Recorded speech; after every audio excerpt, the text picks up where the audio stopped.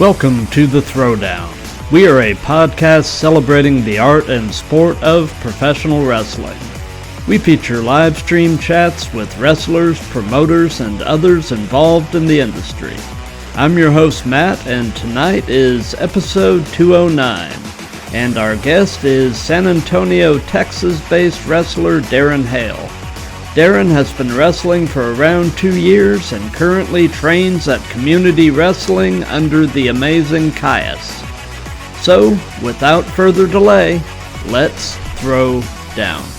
It's showtime, folks!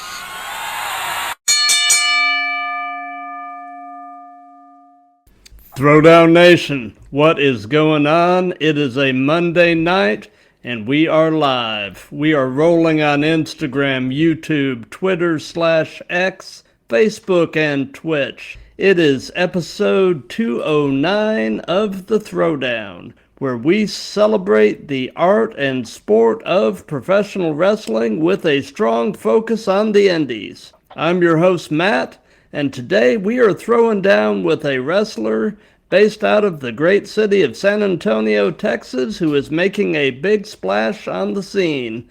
My friends, welcome with me, Mr. Darren Hale. How you doing tonight? Yes, sir. I'm doing real nice, real good. How are you today?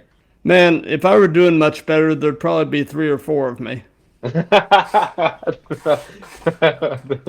That's a good. I've never heard that one before, actually. And for those of you watching live, let me direct your attention to the ticker that's running on the bottom of the screen. That contains all or at least most of Darren's social media accounts along with mine. So do us a favor, if you aren't following or subscribed, take the time and go to each of the platforms and do so. It definitely helps both of us. And we've already got some people pulling up in the Instagram chat. I'm looking over at the other screen here. We've got, I'm sure, a friend of yours, Elia Lopez. Oh, what's up, King? And we've got Bree's Wrestling Adventures. She's been joining us for a lot of these recently, and we definitely appreciate having her.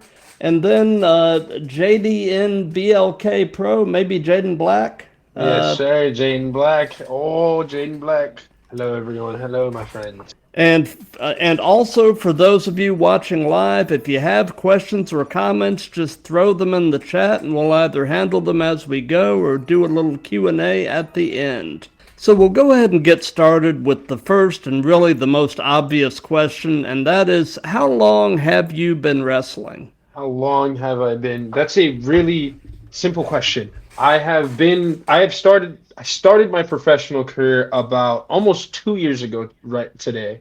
Okay. But I've been wrestling training since I was 16. I've been in and out of training since I was 16 years old. I first started in Roland, the owner of PWI. I first started in his backyard in about, I would say 2018, around that time. I think my time is off right now.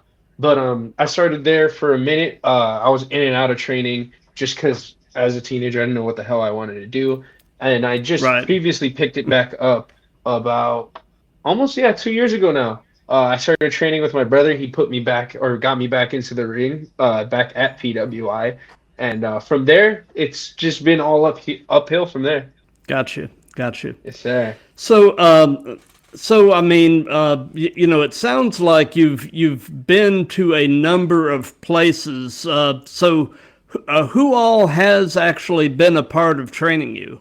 So the first two, the people I would like to say are Bulldog at Blackheart and Bobby Garrett, Cowboy Bobby Garrett. Those guys are two vets here in the independent scene in Texas. They first started training me. And then from there, I just started going to different places, meeting new people, and training with them. But if I had to say the definite trainers would be Bulldog, Bobby Garrett, or Bulldog, Blackheart, Bobby Garrett, and of course I'd have to add Caius up there as well. Of course. Yes, sir. Absolutely. Yes, sir. So in the earliest stages of your wrestling training, what would you say was the most challenging aspect of professional wrestling for you to kind of wrap your mind and body around, and what surprised you the most? See, I would have to say, honestly, taking bumps. Holy shit, let me just say, if I can use that. Yeah. That was something that I had to it was a I if I had to describe it, it was a more of a mental block and a mental obstacle than anything. It was just hard to bump properly and get around going like on my back and on going forward and falling because prior to stepping into wrestling, I was doing martial arts and a little bit of boxing here and there. So I was training Muay Thai. So I was Hmm. of course training myself to not fall on my ass and to not Right. get, knocked out and stuff like that. But and if I were to actually fall, then I would do it, of course, properly. But it was a big mental block trying to learn how to fall properly so I wouldn't hurt myself and hurt the other person involved. And honestly, hitting the ropes was like the biggest, like the most surprising thing for me to learn because I thought it was something as easy as running at them and just allowing yourself to bounce off. But I didn't understand that there is a whole process and like a whole tempo to keep up to it. Like now it's second nature, of course. Like it's obviously second nature, and it's like one of my favorite sounds to listen to when somebody's running the ropes. But honestly, I didn't know how much how much mental mind to muscle memory and connection you need to have in order to properly bump to take a back bump in wrestling. Like that was the most surprising thing. And then hitting the ropes, of course, like that hurt way more than I anticipated. I remember after the first day of training, going back home, and my girlfriend at the time looking at me, being like, "What the fuck happened to you?" And like, I just have rope welts all up and down my back. It was like, it was insane. It was insane. No doubt, no doubt. And over in the Instagram chat, Elia Lopez just put hashtag we love Matt, hashtag we love Darren, and hashtag we love Caius. Hey, Man, hey. that I had him on recently, and that kid has a bright future ahead of him. Yes, definitely. I Me and my mean, brother have said that. he is an old soul. When I got him on, I had no idea he was 14. Mm, he told me that, and I was like, "You're what?" Because mm. he doesn't act like a 14. So He anyway, carries himself very differently. he does. When we So first, I'm so oh, go sorry. I'm ahead. so sorry. No, When go we ahead. when we first ran into him or first saw him perform, me and my brother were like, "Who the hell is this guy? Who is this guy? Like, who is this?" And then of course Yeah. we got like we formally met him, and we're like, "Dude, you're a kid, and this kid has way more chops and like can is way more witty than us. Like, what the hell is going on?" Yeah, absolutely, absolutely. So, aside from martial arts, when you came into wrestling, did you have any other athletic background? Had you done any sports or anything like that, or just martial arts, or what? So to be honest, no. I haven't I wasn't really athletic growing up at all. Hmm. So this was like my first martial arts was like it didn't just start like martial arts and then pro wrestling. It was like pro wrestling and then martial arts and then back to wrestling. But Right. prior to that, I didn't do anything. I had no idea, no concept of how to be athletic or how to even get into any sort of lane like that. It kind of just happened. Like if I had to describe it, um, I was playing basketball and learning how to box from my brothers, just so I was staying out of trouble, if that makes sense. Like if I wasn't, because I was not a good kid, so to stay out of trouble, those were things that I would do to sort of just fill up my time. So because my brothers were obviously into stuff out there. They're very into the street life and all that, and they definitely didn't want their little brother getting into all that. So it was either, if he's not playing his game, let's have him outside learning. So one of my brothers taught me how to play basketball, other one taught me how to fight, and from there it was just like it just kept adding to it, and I just learned how miraculously through when I met my the friend that I call a brother now. Jay Connor, my tag team partner. I always call him my brother because that's essentially what we are. We've grown up together. But not to get on that tangent. When I met him, his dad, Bulldog Blackheart, or our coach, I'll call him my father too.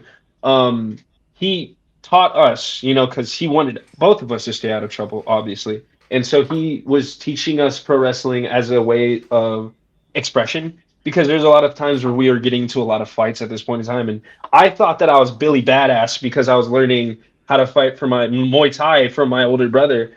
And so from there, it was just like, no, you're going to do this. And when you learn this, you're not to lay a finger on anybody. And from there, it was like, okay, if I'm doing this in pro wrestling, then I might as well go to an actual formal Muay Thai school and learn how to do that formally. And then with them, it was like, hey, you're not doing this outside of this building. Like, and then it was just all up from there, if I had to describe it perfectly. Gotcha.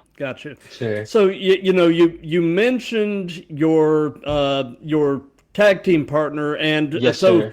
so tell us about The Chosen. How did it come to be? Yes, sir. Oh, man. I want to hear the backstory.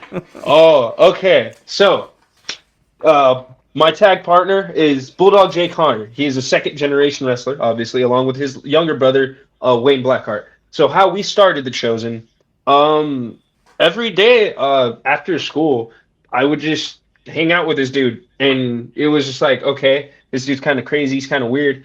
It goes back to all the way then. Like The Chosen, the name and the tag team itself goes all the way back then. It's even before wrestling. And it's crazy. I was hanging out with this guy, then we're best friends. I'm hanging out with him after school. We're playing WWE 2K19. We're watching old school wrestling. I'm watching Eddie Guerrero versus JBL. And then I'm looking at my brother like, yo, we can do that. Like, we can definitely do that. We got a trampoline in the backyard. Let's get it. We became backyard wrestlers. We're doing that every single weekend. We had people from the neighborhood coming to watch us. We're jumping off of pool ladders. We were hitting each other with baseball bats and kendo sticks and the classic WWE championships. We were the tag team championships in our own like in our own promotion. Like, we were over. The kids in the neighborhood loved us. And then our dad was just like, okay, if you think you're that cool, let's see how you fare in an actual ring. So then it was just me and him for a little bit. And then eventually I was like, you know what? Screw this. Going to do my own thing. It wasn't until recently after that point, or almost 3 years ago, that me and Jay fell out for a little bit, stopped talking to each other. Almost 3 years ago now. We just recently got back in contact, and we're sitting here doing our own thing. And I look at him and I'm asking him a question like, "Are you still doing the wrestling shit? And is your dad still training people?" So of course, he answers yes. I pick up everything and I go to training. My first day back at PWI, we're training. I have no idea who the other person is. His name's Quaden Carlisle, which is another friend of ours that we're training in, our little brother. I had no idea what the fuck they were doing. So I was just like, I cannot face these guys because I have no idea what they're doing. I don't even know how to do anything myself. I'm barely coming back. So then it was me and Jay most of the time. And every single time after that, it was me versus him, me versus him, me versus him. And that's how I was learning, because I had been facing this guy in backyard matches and every other bout. We had done light sparring before the wrestling. Like, of course, it was me and him. So, of course, we're training for months. Months turned into like years at this point. And we're going back and forth with everything. And I'm getting off topic here because months turned into years was prior to us coming back to the ring. But as we're training here, it's just me versus him constantly. Then we get to the point where we're working, learning how to do tag team stuff. Of course, it's me and him. And so our first show for the whole school was at Night Owls. And of course, I was supposed to be his manager that night, but I didn't show up. So, of course, because I didn't show up, there was punishment at the school. So then people were just like, okay, let's see how you fare in another match. So then another match comes, and it's him and Quaden Carlisle in a tag team versus STK. And at that time, Quaden had never done a tag match. He never learned how to do tag teams formally, and he also never worked with Jay. He had only faced Jay. So it was just everyone going back and forth, and Quaden just telling me like, I'm not really like into this. I don't think I can do this. Like, it's versus SCK, which is an established tag team for Yeah. the longest time, and it was for the tag championships too, and it was at the WSP promotion, and it was just like Quaden was just like sort of psyched out, and I can understand because it's a lot of pressure. So then Yeah. we're sitting there and we're just like, who the hell, like, who is the replacement? Like, who should we get to help Jay out? Like, obviously Jay wants to do this, he's into this, but Quaden's not. And we're going through all this stuff, and everybody's like, why don't we just get why don't we get Darren? Like, why not we just ask Darren? Like, they've known each other for so long. They literally grew up together. They've faced each other. They've done tag team stuff before. Like, obviously, why not we pair them together? So then off the bat, it was like, all right, cool. Dad was like, all right, bet. It's you two versus STK. And I remember just being super duper nervous because I had never, this was my first ever solo like exhibition. I had never done anything prior to this by myself, like technically solo exhibition. But the only time that Right. I had worked in a ring prior to this in front of people was in like battle royals. And in those battle royals, I was able to face Jay and get eliminated by Jay so I can, be safe. So this was the first time I was Right. working with anybody. And so we get in there and we immediately start the match, or we're getting there and we immediately start the match. And I remember that day vividly because the same day that we had decided that me and Jay were going to be a tag team, was the same day that we had debuted at EBW as a tag team. So we had got booked at EBW as a tag team. So on the day of us facing SCK, it was the morning, and it was for the tag team championships. It was our first ever debut match. We're going through the names, and we're trying to figure something out. And I remember us having a night at training, being like, "Nah, dude, like it feels like we're chosen to do this. Like it feels like it was just a God given thing because we could have been good at anything else. We could have chosen to do anything else, but obviously everything pointed to this." And I was like, Yep. "Dude, that should be our name, The Chosen." Because literally, your dad's a wrestler. You got me into wrestling. I fell out of wrestling. I had to come back into this stuff, and now we're here. Like we're here, and not only that. On top of that, our debut match is for the tag team belts. Like even though we might not be winning them, we're still going to compete for them, and that's saying Yep. something. And then on that same day, we have another booking at another company, and it's our debut match versus their established tag team. So, bro, we're chosen for this. So that we came up Yep. with the name, and ever since that point, like it's stuck. And then people only know us now as like the chosen. Like that's us two. Like you can't have Darren without Jay. It's literally like the dynamic duo. Like we made it a thing because we look at all these other great tag teams and other factions, like DX or NWO, and you see those guys, and they're their own independent like you can get Scott Hall from NWO. Like you can pull them away from each other. With the Chosen, it's literally like this. Like it's two and two. Like our styles are built off of each other. Like not even to sound like it's a symbiotic thing or anything, but it's literally just like the twins, like Sinners, the Smokestack twins, like or Yeah. the Sins from Bullet Train, or the twins from Bullet Train.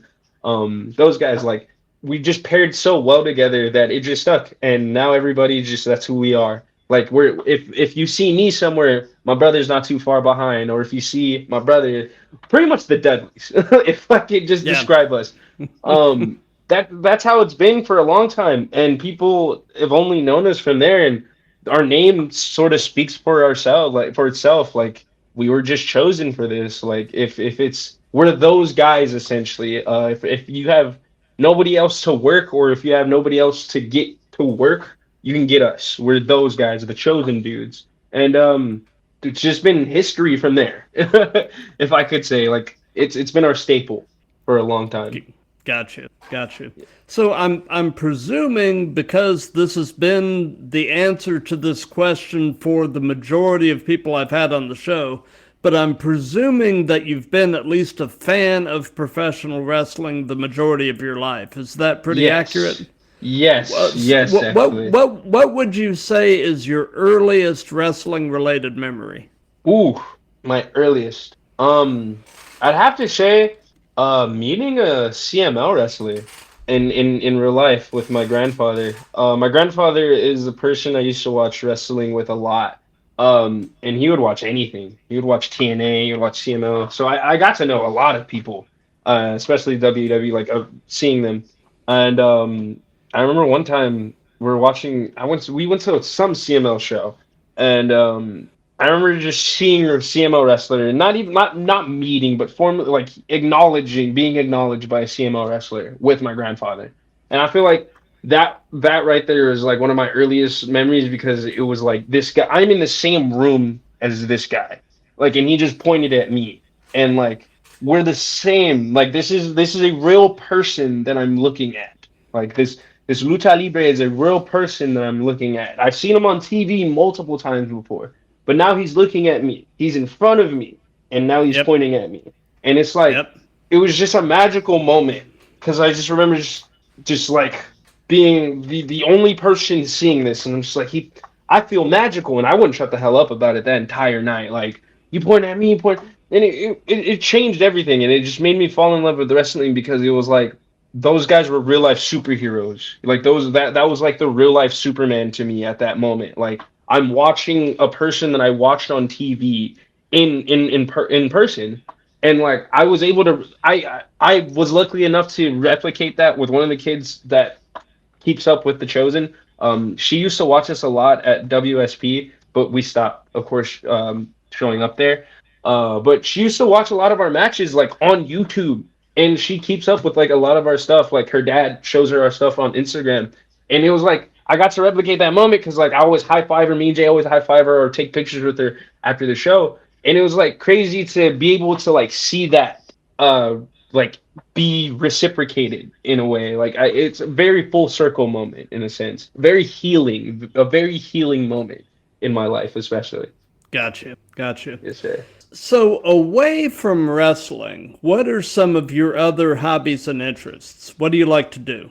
I like to cook. I like to cook. I pride myself on my cooking. I would say that's about it. I don't really do anything else. I collect. Actually, that's a lie. I collect. My favorite hobby, aside from cooking, would have to be collecting action figures and comic books. It's my favorite thing to do, and DVDs. Oh my god, and CDs. I can go on for hours about all that stuff. Action figures, especially. Me and my brother and like all of our close friends of ours, all we do is just geek out about like SH figure arts or Hasbro figures or Marvel Legend figures. Like I spend an egregious amount of money on action figures. Like I'm not even gonna sit here in front. Like if I could count up if I can like get that money back, I could probably get a car, maybe. But I love it. It's my favorite thing because like I don't know, something about an action figure just like gives me a sense of nostalgia. Not only nostalgia, like this makes me feel calm just being able to like pose a figure and just sit there and look at it and just be like, huh. And then I could put it back in the box if I wanted to. And I'm also not like one of those like crazy collectors. Like I do have my limits about certain things, but like I don't know, there's something satisfying about just sitting there like in a quiet room or playing some music and chilling and just posing an action figure and like taking pictures of it and stuff. That's my favorite pastime. Oh, for sure, for sure. So, as far as your cooking goes, what is your favorite dish to cook? Ooh, that's a good one. That's a really good question. Oh, if I had to pick, oh, that's a really good one. Oh, cause anything fish related, anything that has anything to do with fish, salmon. I love salmon, even though I've like undercooked it so many times. Um, there's something about grilling fish, not the smell. That's the only downside of it. But there's something about grilling it that's just very relaxing because it's not. It's one of those things. It's a meat that you don't have to have on a very high heat to finish cooking off, and it's just like you also have to pay close attention to it. And there's Yep. something so relaxing about zoning in and listening to this like the sizzle of a salmon while you're cooking it and watching it go from red to like pink and then to watch it like just change colors. It's very, very, very satisfying. Like I especially cutting fish for some reason. Like it's to see the blade like glide through. It's kind of like an art form for me. Sushi. Hmm. I'll say sushi is my one of my favorite things to make. It's just it's so soothing. Sushi and ramen. Those are my favorite dishes to cook. And it's just so simple, so easy, so tranquil. It doesn't require a lot of time, but it also, if you wanted to spend a lot of time on these dishes, the quality would just get better. But also, like, if you wanted to just bullshit for like 30 minutes and throw an egg in it, it'll still be amazing. Like, there's you can't mess it up. And especially if you Right. know how to make a good ramen or a good sushi, like, ugh, it's very delicious. But yeah. Absolutely. So, we're mostly a wrestling related show, but we dabble a little bit into pop culture here and there, Hmm. and I'm Hmm. always looking for recommendations. So, Say less. by any chance, are you watching or listening to anything cool right now? Anything? Am I watching anything? Honestly, I watch a lot of like old stuff that's been out already. I'm watching this like The Sopranos. Oh, a I love great The show. Sopranos. I love The Sopranos. I'm obsessed with it. What else? Jeez. That honestly, the only thing I can think of right now is just The Sopranos. Like that's Oh, all I consume is that, or I'm watching like Batman Beyond or anything gotcha. like old school cartoons are my favorite. Like Batman Beyond or Ed, and Eddie. I'm a very simple minded person. If I could describe myself. Gotcha. Um, Honestly, if I could recommend anything, like I would recommend just getting like not a movie in general or not a movie specifically or something. I recommend Tubi. Getting on Tubi for a bit and just seeing what they have because they have so many hidden gems and it's free. Oh, It's yeah. free. Yeah. And there's so Yeah. many good horror movies and action movies and shows too. I spend a lot of time just like sometimes I won't watch. I'll treat it like it's actual cable. Like I'll watch one show and then I'll hop over to the next. Or I'll go like just back and forth. It's very good app. Very quality app. That'd be my recommendation. For sure, for sure. So, how far into The Sopranos are you? Shoot. It's such a great show. Yeah, I'm on season 5 right now. Actually, I think Oh I yeah. just started season 5 after. Spoiler Oh, alert! it's If anyone hasn't seen it, but Tony's mom passed away already, and now yeah. I'm experiencing him deal with that. I love it because like I never thought that they can make a show about a mobster going to therapy I and they know. make it It's interesting. Like that's so cool.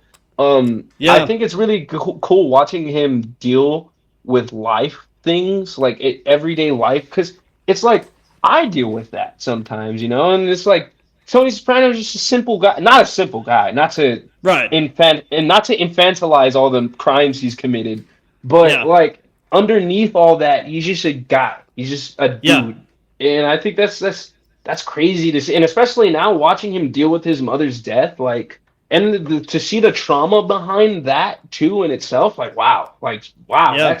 that's great, like, and it's such good writing, like it really tells a good job at like speaking on generational trauma. Like it's very interesting. Very Oh, for interesting. sure, for sure.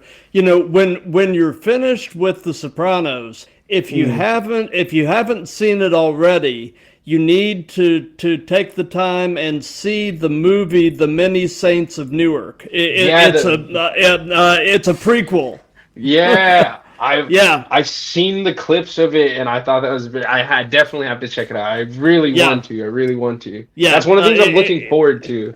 It's really good. So, Mm. It reminds me of um, El Camino, like for Breaking Bad. oh, for sure, for sure. So, another outside of wrestling question. Outside of wrestling, what person inspires you the most and why? Really good. Ooh, there's a lot of people that inspire me, but I have to pick one person. Oh, jeez. Damn. See, this is the hardest question, and I'm not supposed to think so much about it because I find myself looking up to a lot of people, just because you can find inspiration just about everything and anyone. But if I had to say if there's one person I look up to the most, a person I definitely aspire to be like, I would say my brother, my tag partner, Jay Connor, my best friend. I look up to him a lot because not to sound too mushy, but he's really shown me that we can grow as men and that we can make our mistakes and still be good people from them. And he's shown me time and time again by just showing up and being there that you can be strong and you can also be gentle. And if I had a perfect way to describe our dynamic, like our friendship, we're definitely Batman and Superman.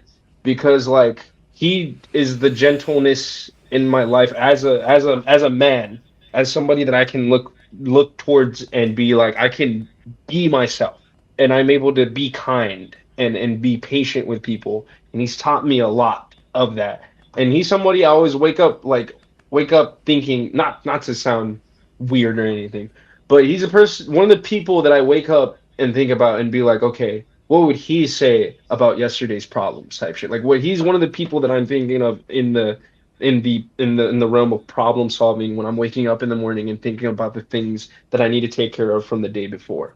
Definitely has been somebody who has pushed me to be my best version of myself. And honestly, if it wasn't for him, I wouldn't even be here where I'm at right now, especially in the wrestling industry. He's always been there, just been my rock. That's my best friend, my brother. But yeah, that's somebody I look up to a lot, my biggest inspiration. Like I said, if it wasn't for him, I honestly don't think I would be here. And along with a lot of other people too, I have a really phenomenal support system. But if I had to choose specifically one person that I look up to a lot, it would be him, definitely. Gotcha. Yes, So, they say that the best wrestling personas are usually yourself turned up to 1,000. So tell us about in-ring Darren Hale and kind of compare and contrast him with everyday you, and kind of tell us how your in-ring persona has evolved over time. Yes, sir. I love doing this. I love always, that's something I always do a lot, especially after shows. I like to remind myself who I am. If I had to compare in-ring Darren Hill with outside Darren Hill, let's say D, I'd say Darren is he's an a-hole. He's a he's a very obnoxious person. Darren is not somebody I'd be a friend with in real life. Like I would not have him in my friend circles. He's a very annoying, obnoxious a-hole. Who's always just trying to figure out the fastest way to get things done. And he'll tell you himself he's the best one at it. Do I firmly believe that? No, I don't believe is the best. To contrast him, me in person, I like to pride myself on being somebody who can talk to people and not be an a-hole. Obviously, if just Darren is just one of those guys that you wouldn't approach. Like you would not because he's scary. And I don't think he's dead. I don't think I'm scared. But just he's annoying. He just talks too much. And when he's not talking, he's doing some absurd gesture. And if he's not doing some absurd gesture, he's off doing something to mess with somebody to piss somebody off. And that's who he is. That's just what he's good at. And if he's not out there on the side of the ring pissing somebody off, he's in the middle of the ring doing something that you never expected. He's very, very, very unpredictable. And that's what makes him annoying, because at any moment something can just happen. If I could compare him to somebody, it would be Deadpool. Not in the cool way, but in the very shut the hell up, close your mouth, stop talking in a way. Like if Darren's head got removed from his body, he'd still find a way to talk. You're very, very motor mouth. I don't like that guy, and of course that's probably what makes him, or makes a good character to be, is because those are the things that I wouldn't enjoy as a person to have around. So I can amplify that to 1,000 being out there, because I'm aware of that, and I like to use some like real life, inspiration, of course, from people, terrible bosses that I've worked for, or just genuine people that I've disliked. Like he's the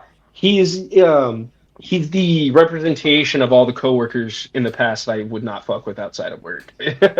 Like that's definitely Darren Hill in a nutshell, if I could describe him best.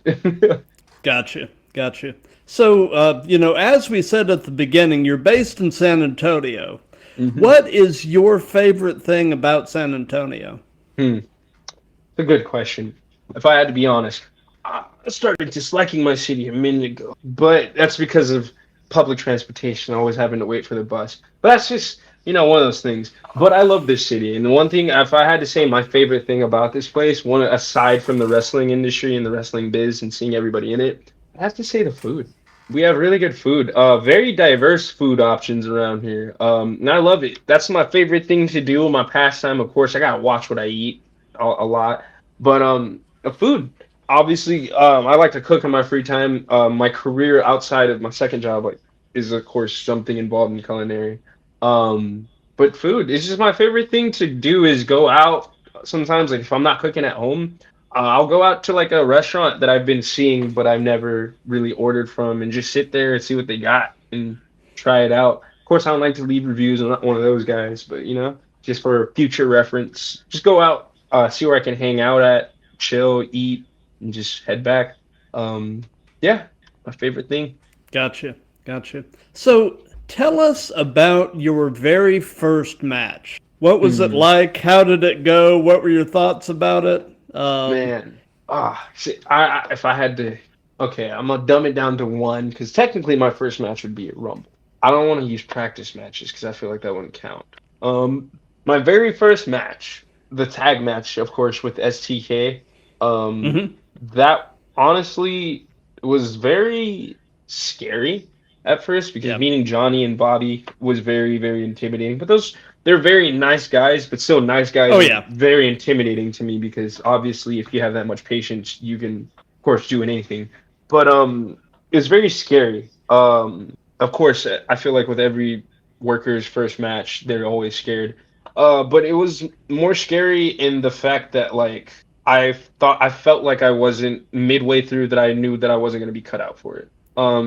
Because one of the reasons in martial arts prior to this, one of the reasons why I didn't, because I was supposed to pursue a career with that. The reason I didn't do it was because during my first exhibition bout, I got kicked in the head, and I was just like, all right, I'm not built for this, and I immediately Yeah. tapped out of the match and was just like, I can't do this, and I went back to pro Yeah. wrestling, and I had a fear that that was going to happen, like something was going to happen. I was going to take a really bad bump, or I was just going to blow up in the middle of the match, or something even worse, like I was just going to forget my spot or just look goofy out there, and I was really scared that that was going to take me away from it. But after it, hell no. I was just like, dude, this I can't get enough of this. Like I need more of this. Like even during it was so fun because it was just like I didn't even know I was capable of doing this. Like I hit Bobby Light with a drop kick that couldn't I couldn't do a drop kick for my life. I could not do a proper one for my life to save my life. But when I hit Bobby Light with that and put boots into his chest and did it properly, and I saw the footage afterwards, it was such a crazy feeling because I was like, that's me. I'm watching Yeah. my own match right now. Like that's and I'm showing my coworkers and they're like, holy shit. And I'm showing my mom and my mom's losing her shit. And I'm showing my dad and he's like, damn, I didn't even know that's what you were doing. Because at this point in time, my dad just thought I was leaving the house to leave the house. Like he didn't think I was training. So when I showed him, he was like, what the hell? That's what you're doing this whole time? Like you're wrestling. Yeah, and of course, like, of course. But it was just a crazy feeling afterwards and just being like, no, I'm built for this. Like this is me. This is all me. This is all me. And after my second one, I was like, it's a piece of cake. Like if I'm not doing this for the next couple years or almost the rest of my life, I don't know what else I'm gonna be doing because this is it. Like I'm cut out for this. Like this is my bread and butter. Gotcha. Gotcha. So now, if you can narrow it down, what is your favorite match that you've been a part of? Sheesh, there's so many. There's so many. Ugh. My most favorite one though. My most favorite one. Mm, I've had a lot of good ones. I'd have to say my favorite one though would be a recent one that I just had. It was my first solo match. Actually, first one-on-one. Because I've been doing ever since I not distance. There's been like an off season that me and the Chosen were on. And it's Hmm. just been like me in the bookings. Um, so I've recently just been doing a lot of like triple threats, but I recently got to do my first ever one-on-one in my whole career. And it was against Revan Dark. Revan Dark? Revan because Dark Revan Dark, however, I'm sorry if I'm butchering it, Revan, if you're watching this, I love you, Revan. But it was against Revan. And I'd been wanting to face Revan for so long. He was on the dream list of like dream matches of people. I have a bunch more people. Caius is on that list too, and I faced him. But sorry, Caius, but Revan's my favorite one. because I got to really show what I was made of in that match.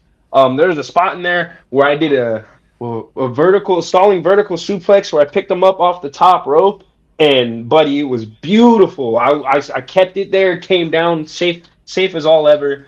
We looked good doing it. Revan did his job, I did my job. It looked amazing, and it was the first time I've ever done that on anyone. Thank God. But it's my favorite one because I really ultimately got in there and I was able to show everybody like Darren Hale is a good solo dude. Like like I'm a good one-on-one competitor too if I really want to be. And I got to really show off like my new style, like a new flair. And like I feel like this new style is me stepping into myself. And that's what I felt like happened during that match. And honestly, I had a lot of doubt going into it. I still had a lot of doubt coming out of it when it was over. But fortunately for me, I'm surrounded by a lot of great people in the wrestling biz, and they all reassured me that, I belong here, and that should be an example of that. And if I want to ever like show that to myself, I can go back and look at that match and be like, yeah, this is me. This is my work. It really just showed, like I said, it really just showed me that I can do this. Like all the doubt that I had before was just silenced. Like this is definitely the highlight of my career so far. Gotcha. So, you've been doing this long enough that I'm sure you've picked up a few of these.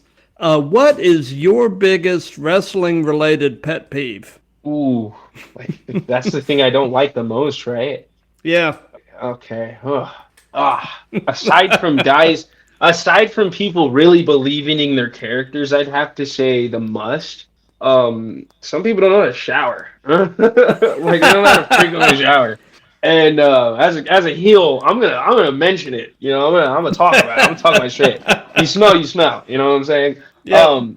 The must. A lot of guys take it too personally, and I feel like we're too grown to be taking that personally, bro. If you smell, that's a you thing. That's a responsibility you lacked on. Because there's just who walks into something knowing that you're gonna get into like okay, I get it. We done the guy, not the guys who've done combat sports. Like rolled around on the mat in jujitsu, you're gonna stink. But you don't walk into jujitsu training smelling. You know what I mean? No. Like you're gonna roll around on the mat, dude. You don't go like there's a lot of dudes who could like very much neglect their hygiene. And it's like, brother, that's literally our thing. Like we're supposed to look good. Like hygiene should be very high on this list. Like it's just I don't know. Like I get you forgot your deodorant, but at least ask somebody in the back if they have something. You can't just show up here. And I get maybe you got off of work.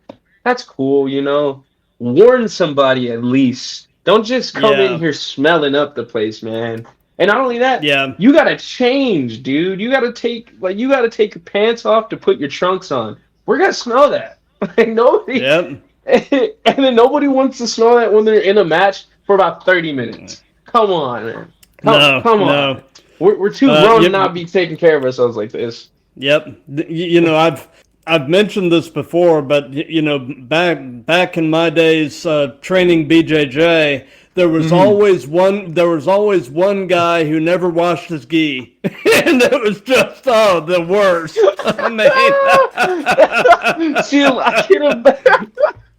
Because like, you gotta wash your gi, man. that's what I'm saying. Like, don't get me wrong. There's been times where I don't wash my knee pads, like, because I had training or I had like a really late show, and I got home really late, and I left my knee pads in my bag, and then I happened to just have training, on that other day. I forget, but I also like, hey, my knee pads smell really bad, dude. I'm sorry. Or I won't wear them. Or I just won't, because that's how you get a staph infection. Like something like, come on, dude. Like you can't do this all the time. No. So, what is your all-time favorite match as a fan? As a fan. Yeah. Do you have a match that is near and dear to your heart that you find yourself circling back to, and it's like comfort food? Do you have Yes. such a match? Yeah, I have to pull it up because I'm pulling it up on this separate screen here because I forgot their names already. But there's a Joshi wrestling match that I watch a lot. I have a lot. I love multiple things, so I have a lot of favorite matches. But if I had to boil it down to one that is like comfort food to me that I just watch this shit out of, oh, let me pull it up right now. I forget their names because they're Joshi wrestlers, and of course I am horrible with the names, especially Japanese ones. Mm-hmm. But it's a match. It's a phenomenal match. It is literally like the first 5 minutes is just the most beautiful technical wrestling that I've ever seen ever. And it's very fast. And one of the wrestlers in it, her gear is like one of the gears that I want, like is an inspiration for one of the gears that I want further down in my career. But it is an honestly beautiful match that I recommend to everybody. I'm pulling it up right now. It's taking me some time. I have to dig through a pile of other matches. And I watch this one a lot, especially when I'm doing my homework, trying to learn new moves because every time I watch it, there's something new that pops up that I haven't seen on my first watch that I have to go back and watch and like watch in slow motion. Like there's so much going on in it, and it's I can't wrap my mind around it. I need to find it right now. I'm so sorry that I'm taking a while to find this right now. Oh no, that's fine. What is her name? It's two Joshi wrestlers, and I know one of them is very okay. Found it. It's Mariko Yoshida versus Yumi Fukawa. 1999. Yeah, and it. I don't know what promotion it was under. But it is one of my favorite matches. Mariko Yoshida versus it came up Yumi Fukawa. It's very, very, very, very technical. It's a good example of blending martial arts in lucha style wrestling. And of course, when the Japanese do, they hit hard. So it's Yes, they very do. Japanese strong style oriented with especially with the holds. Like every hold they get into looks like it does damage, and every Yeah. every hit and every strike like it's crazy. But yeah, that's my favorite match of all Mm-hmm. time. I watch it all the time. I send it to all my friends when they need ideas. um I watch it when I'm at work, like I watch it when I'm working out. Every single time I always go back to it every single time. Absolutely, man. I love Japanese wrestling Hmm. just in general. Hmm. Especially like you said, the strong style stuff. And the Japanese fans are so different. Yes, I yes, mean that they don't go bonkers the way American fans do. yes. They sit there very quietly, politely Hmm. applaud, but Hmm. they're loving it, but they're Yeah, expressing it in a different way. you yeah. know, And the crowd work, I feel like where if I ever got to work in Japan, I feel like it'd be easier crowd work because it's a respectable thing. They sit and watch, clap when they want to, and then when they get involved, yeah, they get involved. I feel like one of my favorite moments in Japanese wrestling, I think it was when Bruiser Brody scared the shit out of all those oh Japanese yeah, people at one time when he jumped over the barrier and just started charging everybody. But yeah, I love Japanese wrestling. That is honestly one of the first things that got me. Crazy enough, it was a character in a video game. It's King from Tekken, a Mexican pro wrestler in a video game who was motion captured by a Japanese wrestler, one of my favorite Japanese wrestlers, especially. And I think that's like a crazy pipeline to look at for me. gotcha. So, and this can be past or present. Hmm. Who would be a dream opponent? Who would you love to have the opportunity to share a ring with? If I had the chance to choose, if I had the chance to choose, oh my God, Minoru Suzuki. Oh my God, he is one of my favorite wrestlers. He is on my Mount Rushmore of wrestlers. And like I said before, he motion captured King in Tekken, who was one of my favorite video game characters of all time. Um, that man can that man can kill somebody with them strikes. And I want to face Yeah, Prime. If I could face Prime Minoru Suzuki, and I'm not talking about like early days young Suzuki, I mean like Prime Suzuki, like one of the grandfathers of strong style wrestling. yeah, I want to face him because I know I'll die. I don't know I'll yeah, die. Like not literally, but like I know I'll die just trying to outstrike him and outchop him. And I know that like my body would break before I even give up. Like I yeah. would love to go one on one with him because he's one of my one of my favorite. It's so grueling watching him. Like I get so much like if I could describe it like a rush of energy whenever I watch his matches because he's so over. Like even in his aura and his presence, he's so overbearing. And like he come. I remember when he had these crazy ass haircuts and all this. Like Oh yeah. I would throw down with him on the mat any day. I would no ropes, no DQ. I would throw down. No pun intended. I would throw Yeah. down with him any day. Man, what do they call him now? Murder Grandpa? Yeah, I murder. I want to mean, face the murder grandpa. I want to face the murder grandpa. I would love to Yep. face him. I would. It would probably look like when Asuka faced him on that one-on-one, and he just like completely murdered her. Yeah, that's that. Yeah. Yeah, definitely that. I remember a few years ago on an episode of AEW Mm. watching him and Bryan Danielson go at it. Man, that was Oh, sick. beautiful! Such a beautiful match. Beautiful Yep. match. Beautiful match. Yep. Oh, I Yep. love Yep. it. I loved it. So, what is your favorite move? What is something that you just really enjoy doing? And on the flip side of that, is there a move that you won't do or you would at least rather not do, and that can be giving or receiving? Okay. I'd say my favorite move to give my is my finisher. My finisher, the Darren driver, which is just a Michinoku driver. I love hitting the Michinoku. It's just a body slam it's a sit out body slam. But I love Yeah. holding people in the air while I do it and spinning because when I spin with it, it looks so devastating. I love it 'cause it's such an easy move to do, and if you do it well enough, like if you hook the guy's head right, you can make it look so devastating, and especially the Michinoku. It's my favorite one. There's not a move that I won't take, so I won't say that there's a move that I won't do or won't take, but a move that I try to hesitate on a lot. I'd have to say that's it's something so simple, a backdrop. I won't do a backdrop. I'm not saying I won't do a backdrop, but I try to hesitate from doing one because my body likes to over rotate midair, and I've been so close Mm-hmm. to it falling on my head multiple times, and that's still me learning how to do it properly. I'm not saying that I can't do it, but still trying to get my body not to over rotate so much. So I won't do backdrops so much, and it's such an old school move too, to the point where my dad, my trainer, my coach, my dad, just beat it into us senselessly. Like it was one of those moves that was like not a good move for me to do, that I wasn't good at doing.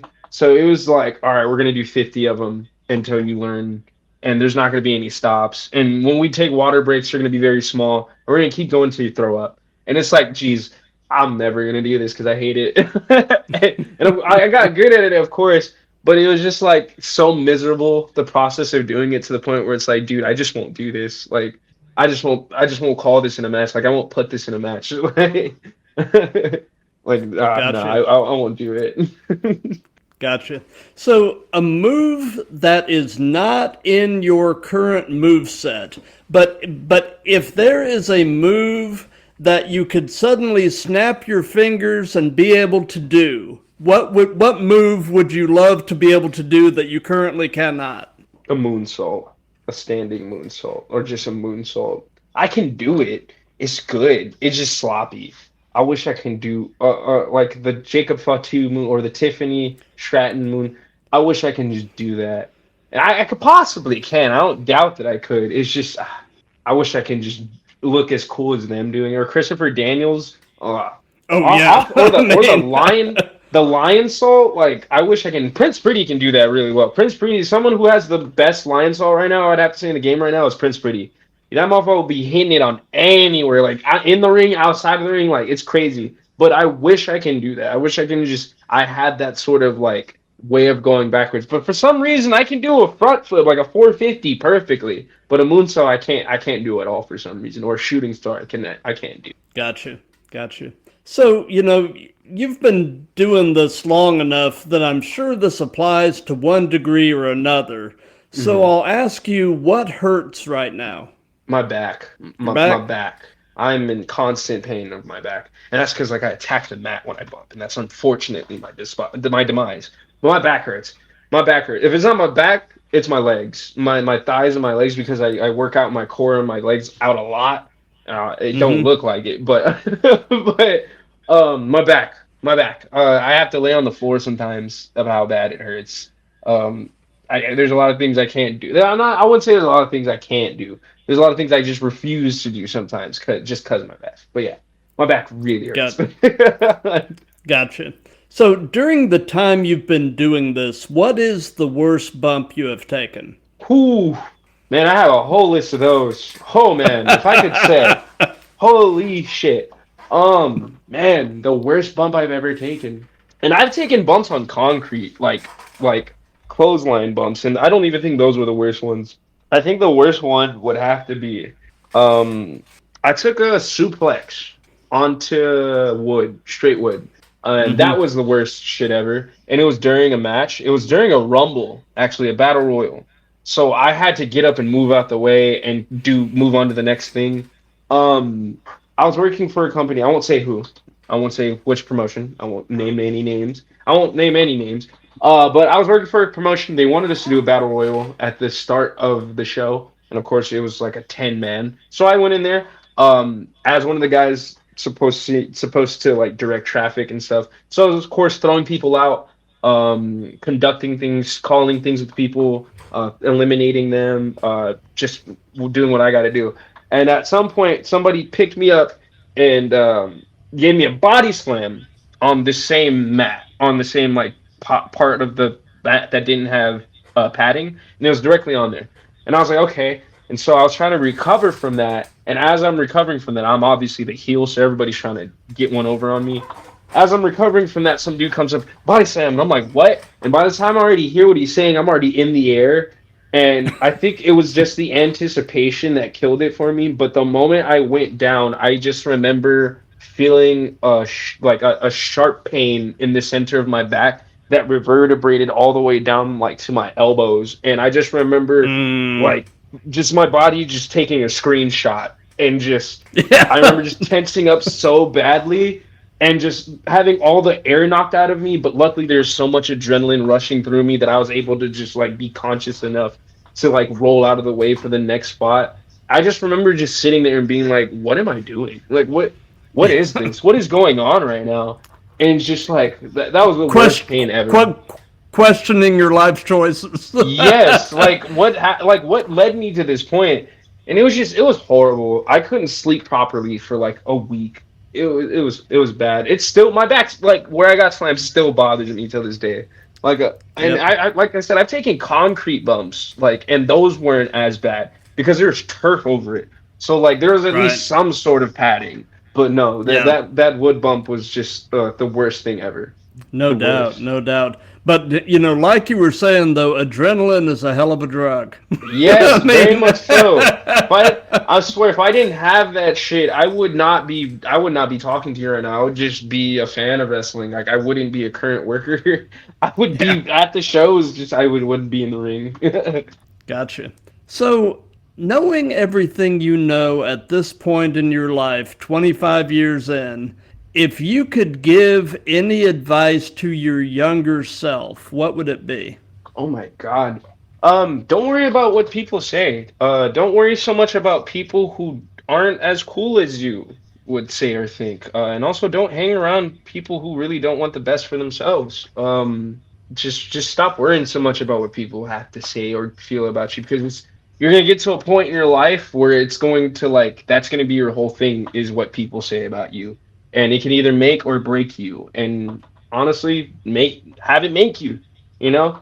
Don't stress so much about people and what they're going to do, because at the end of the day, people are going to do what they choose to do. And that has nothing to do with you. Right. That is what people choose to do, has nothing to do with you. Just focus on what makes you happy and what makes, the people you love happy. And at the end of the day, you'll have peace. Like, everything will be chill. It's the best advice I can give anyone. And honestly, if I could tell my younger self, I would screw that into his brain right now. Absolutely. So, do you have any pre-show traditions? Any things that you try to do consistently before you walk through the curtain? Honestly, yes. I wouldn't call it. I would call it a tradition. Honestly, it's just I do it so. I didn't even realize how much I do it so often. Reassurance. Just reminding myself, I belong here, and not only here in wrestling, but in the world in general. Because I struggled with a lot back then. Not to get on that, but I just like to reassure myself that I'm where I need to be, and I got myself here. I didn't. I'm the one who got out of bed this morning, and not only to wrestling and the career, but I actually got out of bed this morning and woke up and put my clothes on and brushed my teeth, and I made myself presentable for being here. So first, I reassure myself of where I'm at. I do a little prayer into the world. I'm a very spiritual person, so a little chakra Hindu prayer, a little prayer to the gods and whatnot. Of course, I do my warm ups, jump around. I don't know what they're called. There's a proper term for them. Lymphatic jumps or something. I don't even remember. I don't even know if that's the proper name for them. But I get warmed up with that. If I have I read The Art of War a lot. So if I ever have that book with me, I'll read maybe a page or so, or just a paragraph. And then I'll just play my music and just focus on what I need to do. I'll do push-ups, maybe run in place. I do a lot of stretches, like if I could, I don't know if they're called like, I don't know what they're called, but I do stretches that they taught me in Muay Thai and stuff to sort of like get my body going. And that's what I do before every show. One of my favorite things to do is just look back on everything that I've done and just be proud of how far I've come. Even if I think it's not that far, like I still have to, be proud of something. So yeah. Oh, for sure, for sure. So something that we've done in all of these that's just been kind of fun is we've let the current guest pose a question for the next guest. So one of my recent guests, a wrestler from out in California by the name of G4, he posed this question, and that is, would you ever wrestle barefoot? Yeah. Oh yeah. Yeah. I mean, the Von Erichs did it. That's honestly, it's crazy that he asked that, because that's honestly like something I plan on doing in the future.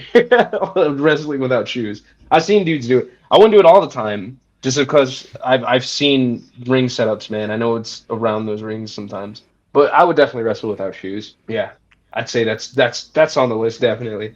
Gotcha. And since this is part of a series, do you have a question you would like to ask to the next guest? Yes. Huh. Would you ever wrestle a bear? Oh, Yeah. that's a good one. How would you answer that? I would wrestle a bear. I would 100. What's his name? Or Habib did it. Habib wrestled a bear. Oh yeah. I feel like I could. I mean, I'd probably die in the process, but hey, if I live, I get to tell the tale that I wrestled a bear. I didn't win, but I wrestled a bear. Like, I would definitely do it. I'll probably hit if I could at that time, hit a moonsault if I on the bear. But yeah, I would definitely do that. You know what you need to do is come up behind the bear and hit a poison rana. Exactly. You would never be expecting that. I feel like that would do some fucking damage. I would definitely do damage to a bear. Oh boy, you'd have to clear that bear too, like the height. That's a very funny visual. With your luck though, you would jump up there and the bear would just no sell it, and then you'd be like, you're hanging off the off the back, or he would roll into it. He would roll into it and pop up like Will Ospreay and just like stare at me, or like Kenny Omega and just like no self stare at me. Yep, absolutely.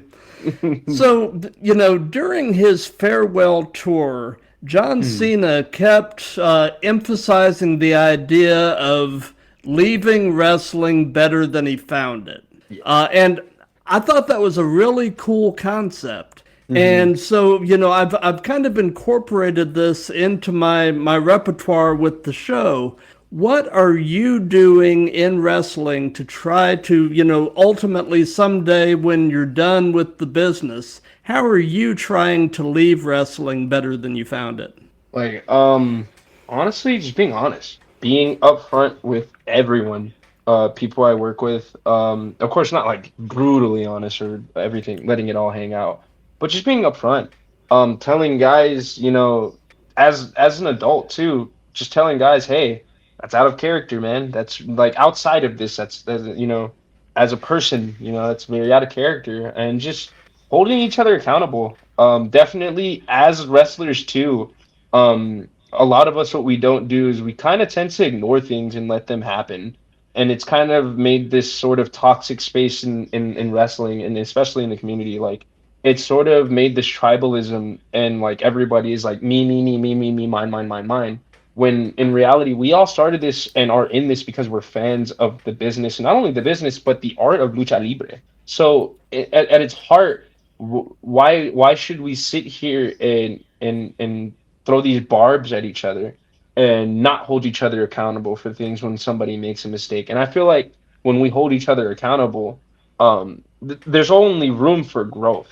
And there's been multiple times where people um, before me who hold me accountable for a lot of the things that I've done and the mistakes I've made as a young person in the business and a young talent in the business too, someone who's just starting. And I really appreciate a lot of those people, a lot of the locker room leaders, and a lot of the people that I can honestly say like that have been in this much longer than me, that I can honestly say have really been good at that and showing good leadership. And in a sense, what I've been trying to do is just honestly hold myself accountable and hold my peers accountable for a lot of those things. And allowing space for people to just make mistakes and talk about them and be vocal about them and just be open about things, because that's just the biggest thing that's going to help. Like at the end of the day, community. Like not to make a pun out of where I'm training, but community is, it's very important that we have that. And honestly, like, because we don't know what people are going through at the end of the day, and we don't know what led people to get to this point in wrestling or what got them here. But all we know is that at the end of the day, this is what they love and this is what we love, and we're here for a reason. And I feel like if people start realizing that and remembering that more and more, um, we can have peace in this. Like, we can make this much easier, much smoother than how it is now.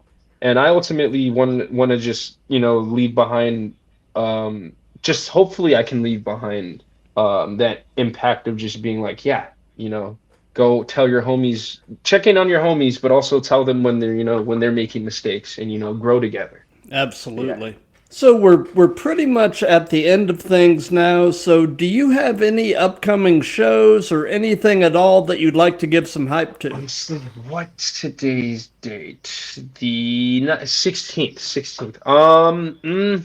I wouldn't say I have anything coming up soon. I would say on March 27th, I do have a show with Community Wrestling at High Tones. We do it every other Friday, I believe, of the month. But yeah, March 27th is the most recent show, or the next show I have coming up. And next month, I don't know.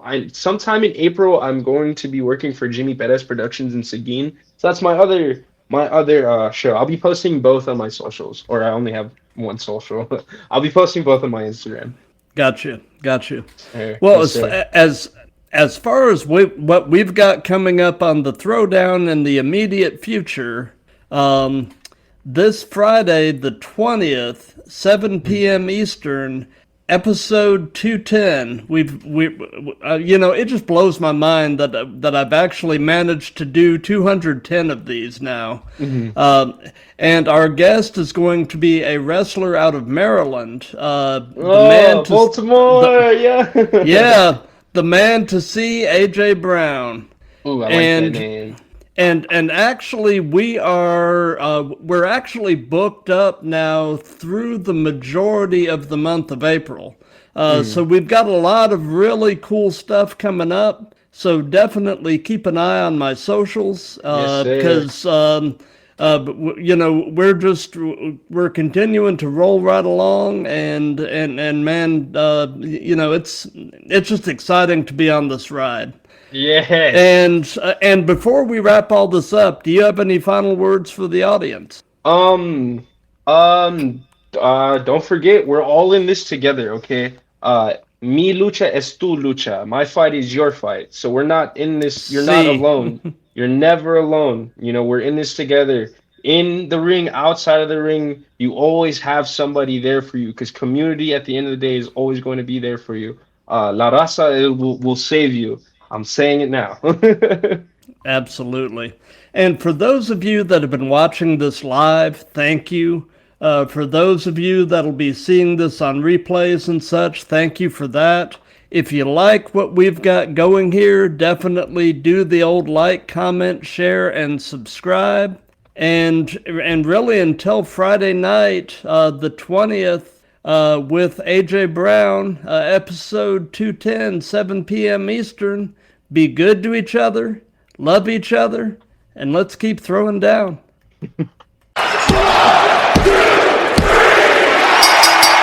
Goodbye, mwah, and good night, bang. Thanks for listening to episode 209 of The Throwdown. Darren and I had an amazing time together, and I especially enjoyed talking with him about how it would be wrestling a bear. As for what's coming, this Friday, March 20th at 7 p.m. Eastern, we will be live with episode 210 with Maryland-based wrestler, the man to see, AJ Brown. Next Thursday, March 26th at 7 p.m. Eastern, we will be live with episode 211 with pro wrestler Hyena Obscuro. Be sure to make plans to join us live on Instagram, YouTube, Twitter/X, Facebook, and Twitch and interact.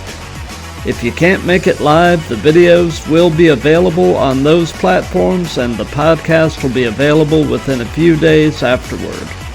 As always, if you like what we have going here, spread the word, follow me on my socials, leave comments, and maybe even drop us a review. Any or all of that will help us to continue to grow. Have a great rest of the week, and keep throwing down.